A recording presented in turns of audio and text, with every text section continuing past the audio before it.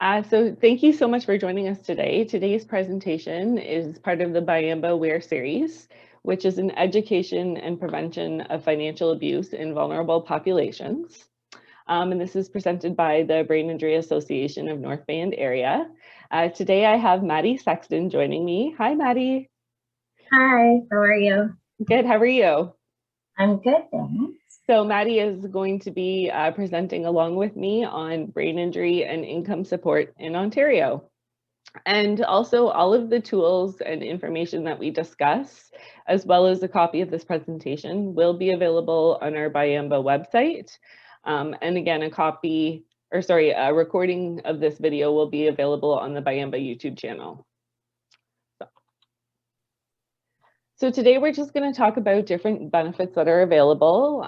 We're going to talk about the application process, what are some of the eligibility rules, and at the end of the presentation, I will also be sending out an email with links to all of the websites and information that we discussed today. Today we're lots of good resources. Yes. So today we're going to cover Ontario Works, ODSP, CPP Disability, the Disability Tax Credit, the Registered Disability Savings Plan, the Trillium Ontario Drug Benefit, as well as we're going to talk about tax benefits and how to apply. So I'm going to pass it over to Maddie, and she's going to share some information about Ontario Works. Perfect. Okay, so the Financial Assistance Ontario Works is what you first apply for when you need income support. It's available all through Ontario, including in North Bay. So it's income support to help with the cost of basic needs, food, clothing, and shelter. There are health benefits for clients and their families, and there's also job searching support. So to apply to Ontario Works, you need social insurance numbers, you need an OHIP card, so a health card, birth certificates, immigration papers, if applicable, any tax returns, and basic banking information. So for Ontario Works, for the application, it's a pretty quick process to first apply, but you call into Ontario Works and you do an intake, and if you're granted or approved, the basic needs portion for Ontario Works is $390, and the shelter allowance is $343. So that's as you can see, that is pretty low. As like rent prices are way higher right now, and basic needs $390. As we've seen, it doesn't really cover everything, but yeah. So overpayments means people that have been on Ontario Works for a long time, they usually will owe money, and it's taken off every month.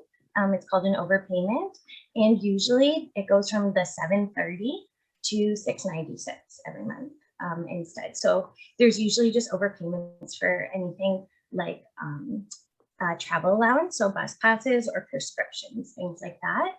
So different things that Ontario Works can also cover are special diet allowance. So that's if you have anything like gluten allergy, or if you have a meat intolerance or anything, you can get an allowance form filled out by your doctor, and it gives you just some more money per month, just so that you can get onsures or anything needed to help with your medical expenses.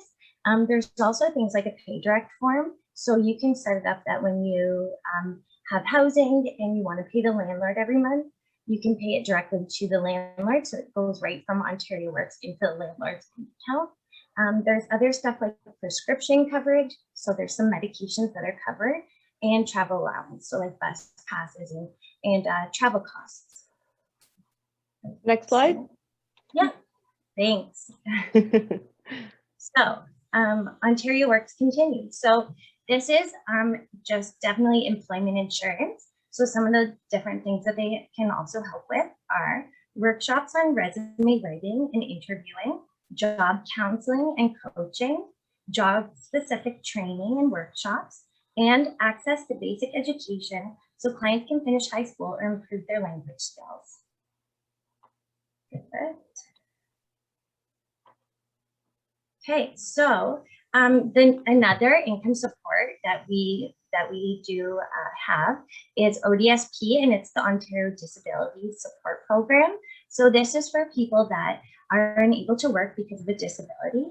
It is quite a lengthy process to get on ODSP, and it takes quite a while, but it's a little bit more than Ontario Works, and it covers more for benefits and medications and things like that.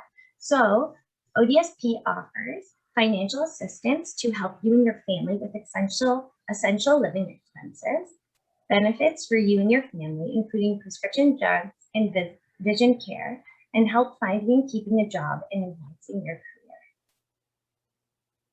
career. Next. So some of the steps in the ODSP application, just some of the different things that I found working with people who are trying to get on ODSP. Some of the things that we have to do together are securing identification, accessing a doctor to complete the medical portion. So that's actually one of the most difficult things for ODSP is finding someone to fill out your medical portion of your package. So that's usually pretty difficult. Support maintaining income. So still making sure that you are paying your bills and paying your rent, and that you have Ontario Works or any other type of income to help with that. Another one is collecting medical records to support the package. So this involves reaching out to everywhere that you've been seen in the past and just getting records just to support the application to make it a little bit stronger. Completing income tax returns and tax credits. So that's just completing the tax returns so that you get the GST and everything, and then you can continue to apply for ODSP. So if you are granted ODSP, this is just a roundabout number, and this is for people that have disabilities.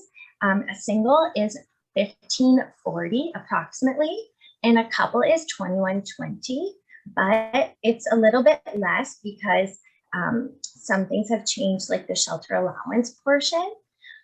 So if you're denied ODSP, unfortunately, it's a really long process. You have to get a referral to the legal clinic, and then you have to apply for something called an internal review. And that's to just appeal the denied decision from the ODSP. And then after that, you go to the Social Benefits Tribunal. Now, the Social Benefits Tribunal is when you are in front of people from the Disability Adjudication Unit, and they hear your story and just see if you were denied for the wrong reasons, and they may change their decision, but sometimes it stays and then you have to start over again. And the Social Benefits Tribunal stage is quite lengthy. Right now, it's about a year or a year and a half wait just to get a date for the tribunal. So it's pretty long. Okay, next. Perfect. So I just kind of put a timeline together here. So the ODSP application, you have 90 business days from the day that you get it, or the day that you request it, sorry, to the day that it's due. You have 90 business days, and that's actually not that much time. It's 3 months, but to get all of your records, to talk to doctors, and to get someone to fill out the medical portion, it does take quite a while. So then if you get denied, you go to an internal review, and you have 30 days to request an internal review. And then after that, if that's denied, if your internal review appeal is denied, then you move to the Social Benefits Tribunal. And here it says 8 to 12 months for a date. But again, because of the pandemic and the world we're living in today, it's taking about half a year longer just to get a date. And then after that, you have the tribunal decision, which days. But again, it just takes a really long time to get a date right now. So yeah, that's the timeline with ODSP if you get denied.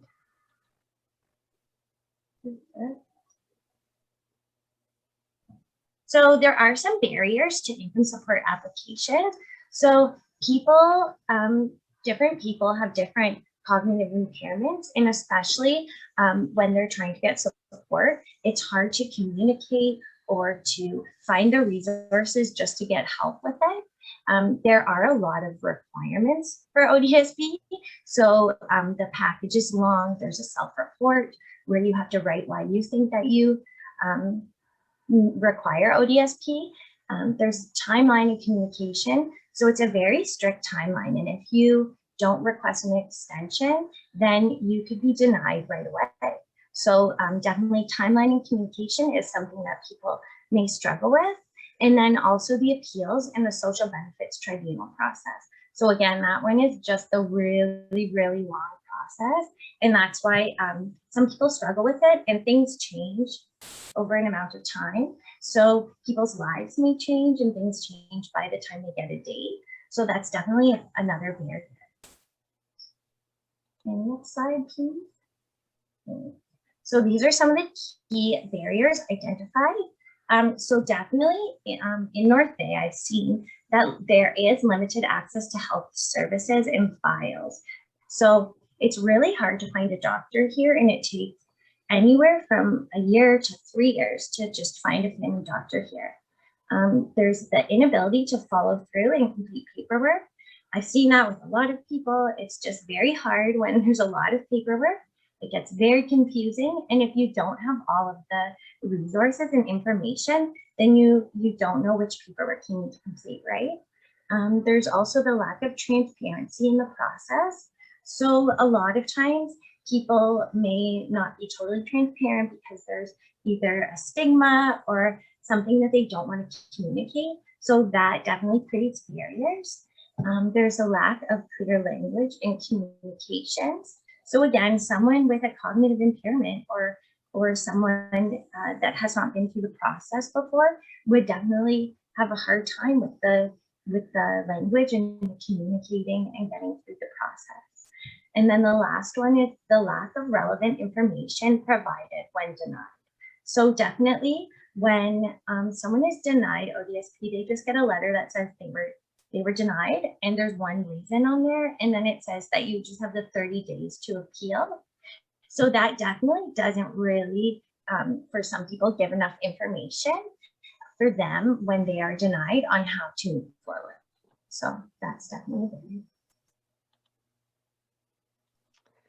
Okay, Maddie, so I guess I'll take over for this one. So the other disability income support program in Ontario, and this is the Canadian Pension Plan. And this is a federal program. So for the CPP Disability Plan, you should definitely apply as soon as you develop a mental or physical condition that prevents you from working regularly at any job, and is long-term and of unknown duration or is likely to result in death.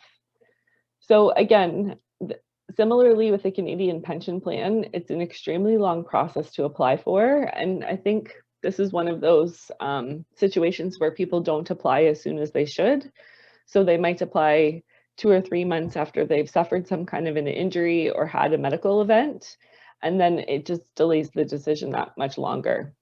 So with the CPP Pension Plan, it's advised that you apply as soon as you develop a condition, either a mental or a physical condition that prevents you from working. So the CPP Disability Benefits, this is a monthly payment, and you qualify for this if you are under the age of 65, have made enough payments to the CPP plan. So if you're a working person, then you're contributing to CPP through your employment benefits. If you haven't been working and you haven't contributed enough to CPP, then you might not financially qualify for it.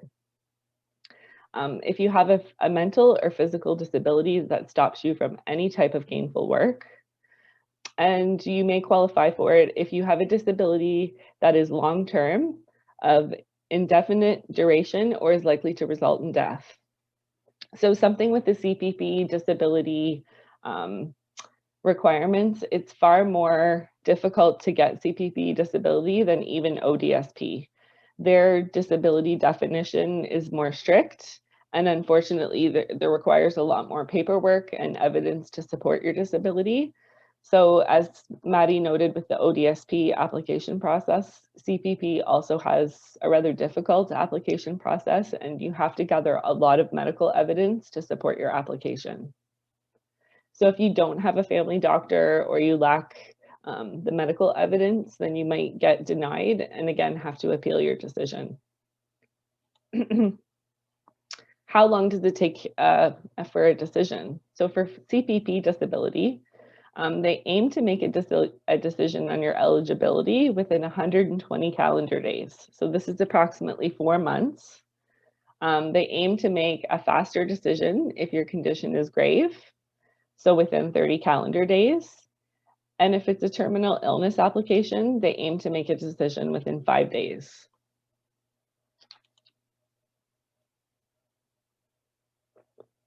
The next income support program that we want to discuss is the Assistance for Children with Severe Disabilities. So this is a support program for parents who are caring for a child with a severe disability, and they can receive financial support through the Assistance for Children with Severe Disabilities program. So this program provides income support to low or moderate income families to cover some extra costs of a child who has a severe disability. And I have listed all of the websites on a separate resource that I will provide to everybody so that you can go to the actual website and see what the application looks like. So for this specific program, the program can cover between $25 to $500 a month to help with some costs. Travel to appointments, special shoes and clothes, if you need respite care for parental relief, wheelchairs and other assistive devices. And then also it can help cover the cost of any vision, dental, hearing aids, and prescription costs.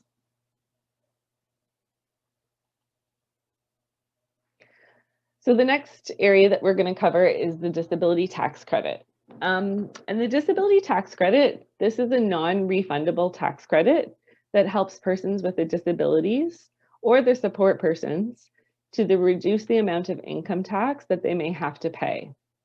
An individual may claim the disability amount once they are eligible for the disability tax credit. And this amount also includes a supplement for a person under the age of 18 years age, under 18 years of age at the end of the year.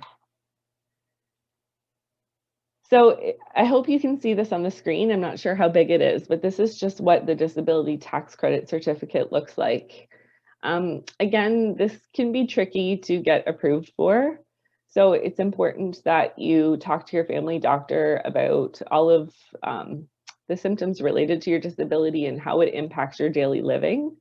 This disability tax credit at times can be more tricky than even applying for ODSP for eligibility rules, because it's a very strict eligibility.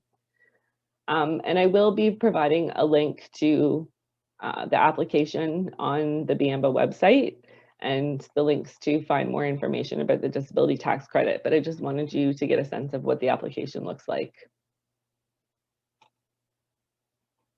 So the eligibility criteria for the disability tax credit, if you're blind, and you have to be markedly restricted in at least one of your basic activities of daily living. You have to be significantly restricted in 2 or more of the basic activities of daily living. And this can also include a vision impairment. And if you need life-sustaining therapy, this is also an eligibility requirement. Now, in order to be eligible to receive the Registered Disability Savings Plan, you have to have the disability tax credit. So before you can even apply for the Registered Disability Savings Plan, you have to have been approved for that specific tax credit. And once you're approved for the disability tax credit, you can apply for the Registered Disability Savings Plan basically at any financial institution. So you can go into the bank that you regularly bank with, or if you have a financial advisor, you can ask them for information on how to set this up. And the RDSP, it's a savings plan intended to help parents and others save for the long-term financial security of a person eligible, again, for the disability tax credit. Your contributions can be made till the end of the year in which the beneficiary turns 59, and contributions that are withdrawn are not included as income to the beneficiary when they are paid out of an RDSP. The other nice thing about an RDSP is if all of the assets that are in your RDSP are not considered under the financial requirements for an ODSP application. Maybe Maddie, could you share a little bit about what is the financial requirements for an ODSP application? So for ODSP, you can only have the asset limit, I'm pretty sure, is 30,000. I know it just changed, so I apologize, but it was 30,000 for the ODSP, and then everything on top of that, like you can't work or over a certain amount of hours, and it's 18 hours, and if you work more than that, they start taking it off your check. Perfect. So yeah. if you have more than $40,000 invested in a registered disability savings plan, the good news is that won't prevent you from financially qualifying for ODSP because this is a protected plan.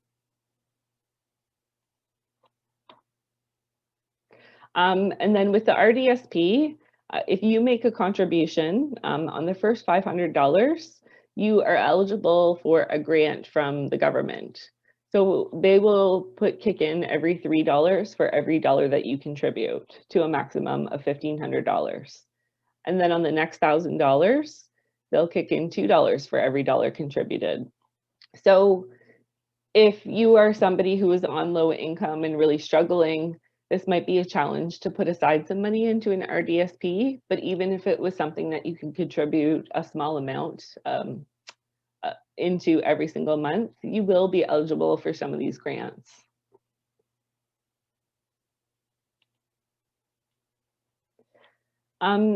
This is another benefit. This isn't an income benefit, but this is the Ontario Drug Benefit.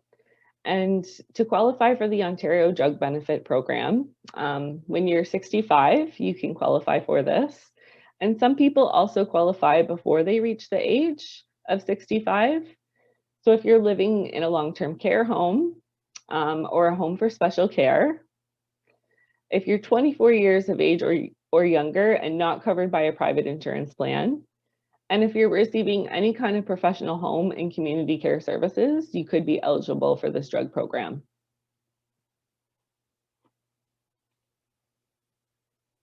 Another drug program that is available in Ontario is called the Ontario Trillium Drug Benefit Program.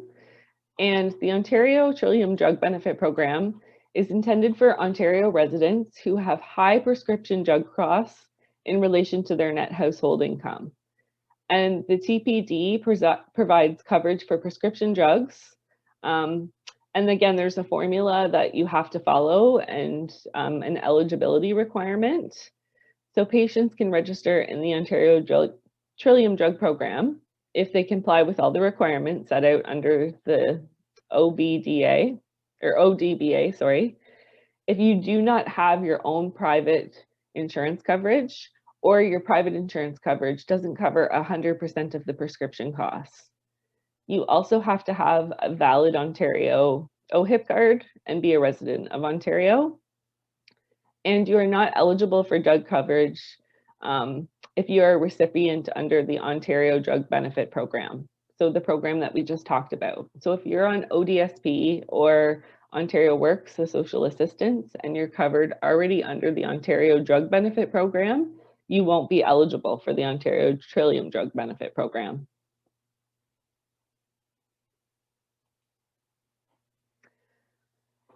And something I just wanted to highlight, this is a fantastic website. It's called Prosper Canada, and this is a national charity that's dedicated to expanding the economic opportunity for Canadians living in poverty through program and policy innovation. And Prosper Canada website has a lot of phenomenal tools. Maddie, Kylie, and I just finished a financial facilitator training So we will be providing some supports and resources in the coming months on financial empowerment and budgeting and that kind of thing. But on their website, you will find a lot of information about financial literacy, how to complete your income taxes and access benefits, safe financial products, savings and asset building, and consumer protection. So a lot of this information on the Prosper Canada website is really geared towards people who are living on low income or living in poverty, and offers a lot of resources and strategies to help with budgeting and financial empowerment, and just directing people to the appropriate programs that meet their needs. So I highly recommend that you check out this website and just look at the resources that they have to offer on there. So something that's also really important to consider with income is your taxes and the credits that might be available to you. So there's a lot of evidence to support that many low-income people can quickly boost their income, sometimes as much as 50%, if they have the tools and strategies to claim and receive all of the government benefits that they're entitled to. So with our income taxes, not only is it the law, but it ensures that if we complete our income taxes yearly, that we have access to all the credits and income boosts that we are eligible for. And some of these areas might include the Ontario Trillium benefit, the GST and HST, the child tax benefit, and the Canadian workers benefit. So in order to be eligible to receive a lot of these benefits, you have to complete your income taxes on a yearly basis and ensure that they're up to date. And unfortunately, if you get 2 or 3 years behind, then you're missing out on all of these income opportunities to boost your budget and boost your income. And it's tax time right now, so it's really important for people to be aware of where the free tax community clinics are located in their area. Every single community has a free community tax clinic. And again, on the resources page, I have the website that you can go to, and all you have to do is type in your city name and it will tell you where the free community tax clinic is in your area. And I believe in North Bay, it's through the Lippy. Yes, it is. It's Lippy, the low income people. That's the organization. And yeah, I think they have weird hours, but you can call and they do your taxes for free. Yeah. Perfect. So if you are also on social assistance, Ontario Works, or ODSP, you could also inquire with your caseworker to find out where the free tax clinics are in your area. I know sometimes in the past, Ontario Works has also offered some free tax clinics, or the organization that you're connected to may be able to help you out. So in order to be eligible for the free community tax clinic, an individual must have a modest income and a simple tax situation. So if you have a self-employed business situation where your taxes are quite complicated, you're not going to meet that eligibility. The tax software that's available, one is, I believe, TurboTax, and the other one is UFile. If you are under the income requirement, that software can actually be used to complete a simple tax return for free, and it can be free net filed as well with that software. It's fairly simple to use, but a lot of folks may require assistance to use that kind of software. It is available online, so that's UFile and TurboTax. And if you meet the income threshold, then you can use that software for free and file your taxes online.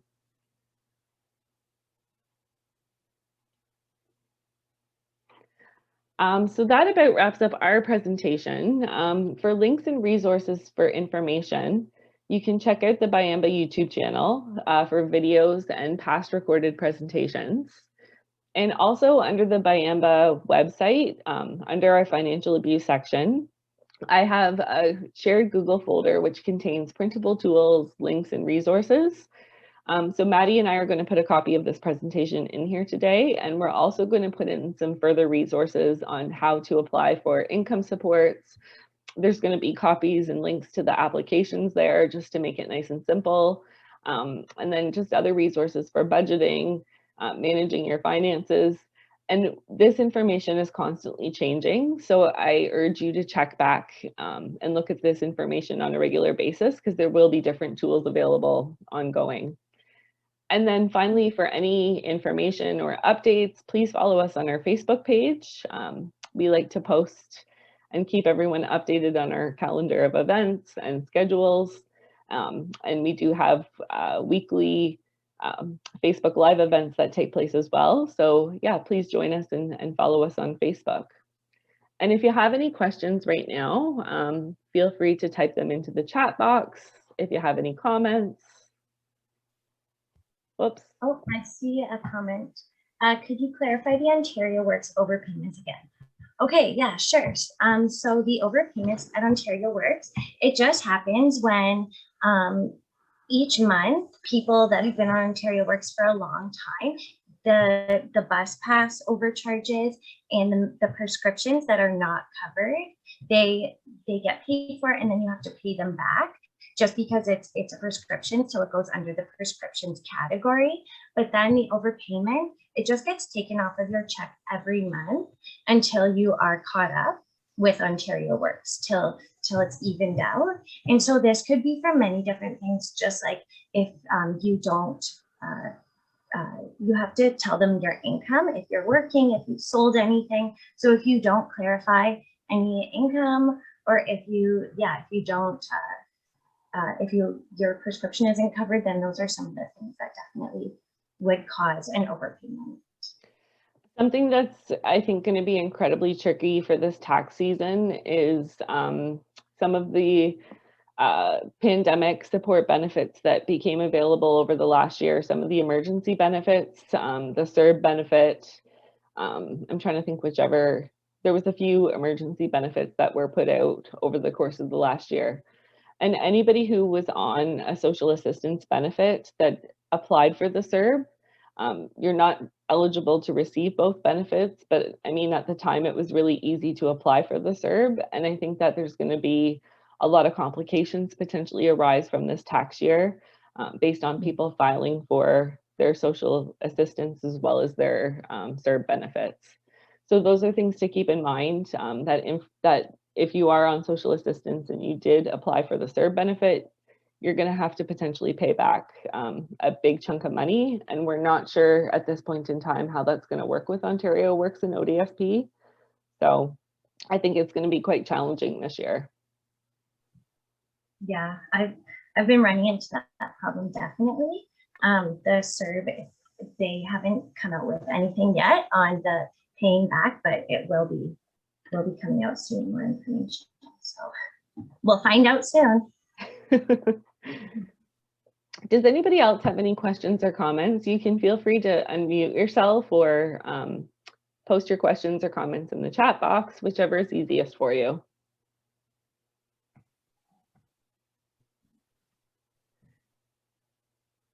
There are so many different forms of income support and types of income available. And when Maddie and Kylie and I start our financial empowerment education series and workshops, we are going to touch base on different types of income and whether it's employment income or social assistance income, and support people in developing tools for budgeting and managing your income. So that's something that we will be doing probably in the coming month in April. And if you have any questions after this presentation, feel free to email me at bayamboware@gmail.com. I'm going to type that into the chat box. Maddie has worked quite extensively with ODSP applications over the last year, so she knows a lot about the ins and outs in the application process. So feel free to email us also if you have any questions about how to apply, or if you're struggling with any of the steps of the application process. We would be very happy to help out.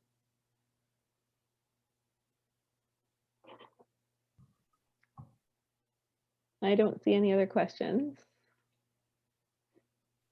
No, no other question. Well, thank you so much, everyone, for joining us today. We really appreciate it. We will have more Biamba Aware free presentations upcoming in the month of April. We have a rental awareness presentation as our next one. So stay tuned for your email, and that will be posted as well on the Biamba Facebook page. So thank you so much for joining us today. Thanks, Maddie. Thank you so much, Katie. And I hope everyone has a really great day. Thank you. Bye. Bye.